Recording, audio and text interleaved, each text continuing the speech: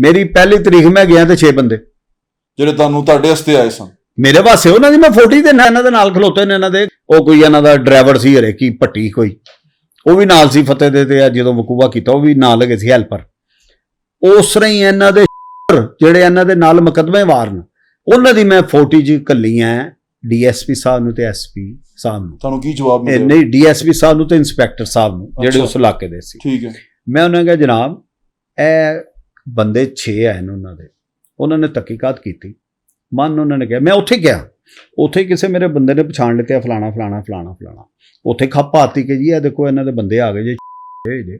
ਉਹਨਾਂ ਦੇ ਕੋਈ ਤਲਕ ਨਾ ਉਹਦੀ ਮੇਰੀ ਸ਼ਹਾਦਤ ਹੈ ਇਹਨਾਂ ਦੀ, ਉਦੋਂ ਨਾ ਕੋਈ ਉਹਨਾਂ ਦਾ ਕੋਈ ਹੈਗਾ ਆ ਰਿਹਾ ਕਿ ਜਿਹੜਾ ਉਹ ਆਣ। 6 ਬੰਦੇ ਇਹਨਾਂ ਨੇ ਮੁਖਤਲਿਫ ਰਸਤਿਆਂ 'ਚੋਂ ਅੰਦਰ ਵਾੜ ਦਿੱਤੇ, ਉਹ ਵਾੜ ਕੇ ਉੱਥੇ ਖਿਲਾਰ ਦਿੱਤੇ ਗਏ। ਕੀ ਤੁਹਾਨੂੰ ਲੱਗਦਾ ਹੈ ਕਿ ਇਸ ਤਰ੍ਹਾਂ ਹੋ ਸਕਦਾ ਹੈ? ਇਹ ਕੋਈ ਸੀ ਕਹਾਣੀ ਹੈ ਸੁਣਾਉਣ ਦੇ, ਮੈਂ ਤੁਹਾਨੂੰ, ਇਹ ਤੇ ਹਕੀਕਤ ਹੈ।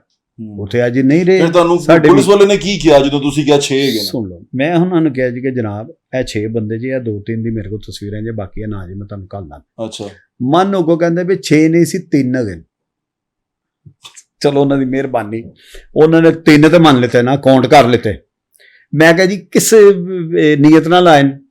ਹਾਂਜੀ, ਫਿਰ ਅਦਾਲਤ ਦੇ ਬਾਹਰ ਖਲੋ ਗਏ ਨੇ ਨੁਕਰਾਂ ਤੇ ਆਪਣੀ ਪੋਜੀਸ਼ਨਾਂ ਲੈ ਕੇ।